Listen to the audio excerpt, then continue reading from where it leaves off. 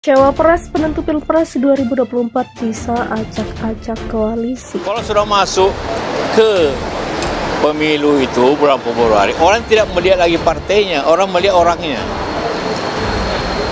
Tidak lagi mengusulkannya partai, tapi pada saat pemilih orang akan lihat orang ini bagaimana. Begitu selalu dalam pemilu itu. Berarti banyaknya tidak ada jaminan ya Pak? Tidak ada jaminan. Bahwa koalisi besar itu bahkan memenangkan Pak Prabowo gitu Pak? Tidak ada jaminan.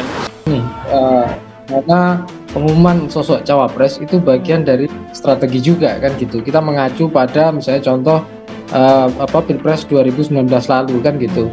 Nama itu bisa berubah di detik-detik terakhir ya. Dan ini saya kira juga bisa terjadi pada semua blok koalisi. Ya. Baik koalisi Mas Ganjar, PDIP gitu ya, dengan yang lain ya, P3 dan lain-lain, maupun koalisi Pak Prabowo ya, di situ ada PKB, ada PAN, ada Golkar, dan juga koalisi perubahan dan persatuan perubahan ya.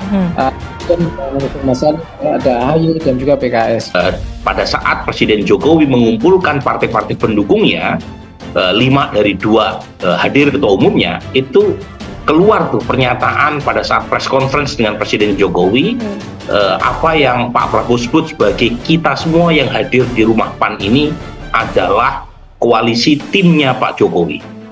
Jadi seolah-olah ingin mengatakan koalisi besar yang akan mereka bentuk dan itu terwujudkan hari ini itu adalah representasi dari koalisi yang tidak bisa dilepaskan dari pengaruh Presiden Jokowi. Sosok calon wakil presiden atau cawapres kini menjadi kunci dinamika politik Pilpres 2024, bahkan bukan tidak mungkin bakal mengubah peta koalisi yang sudah terbentuk. Bakal calon presiden Prabowo Subianto telah mengantongi dukungan dari 4 partai politik setelah Golkar dan PAN merapat akhir pekan lalu. Terbentuknya koalisi besar itu menjadikan Pilpres 2024 sebagai ladang pertarungan 3 poros partai politik. Selain Prabowo yang diusung koalisi besar, ada PDIP dan P3 yang lebih dulu mendeklarasikan Ganjar Pranowo sebagai jagoan mereka. Sementara itu, Partai Nasdem bersama PKS dan Demokrat masih dalam posisi mengusung Anies Baswedan. Pengamat politik Universitas Andalas Asrinaldi menilai dengan kondisi saat ini peta politik masih sangat bisa berubah menjelang pendaftaran kandidat Pilpres 2024. Terlebih lagi posisi cawapres yang masih memicu tarik-menarik kepentingan.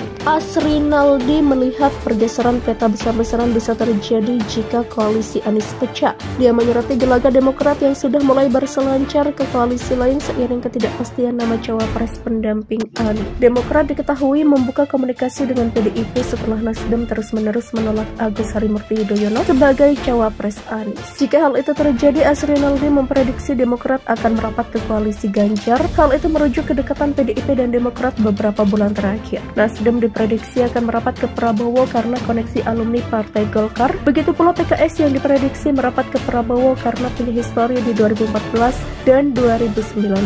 Atau bisa saja Nasdem berkomitmen mendukung Pak Prabowo, kemudian Anies diterima sebagai cawapres Prabowo. Diterima partai koalisi, saya yakin menanglah itu satu putaran. Cuma kan agak berat. Demikian ucapnya. Penentuan nama cawapres menjadi krusial dan kini tengah menjadi intrik koalisi pendukung Ganjar Pranowo. P3 selaku koalisi PDIP berusaha keras menjadikan Sandiaga Uno sebagai cawapres pendamping Ganjar, sementara PDIP mempersilahkan P3 cabut dari koalisi jika masih ngotot memaksakan hal itu. Dilema cawapres ini pula yang diprediksi bakal merundung koalisi besar pendukung Prabowo.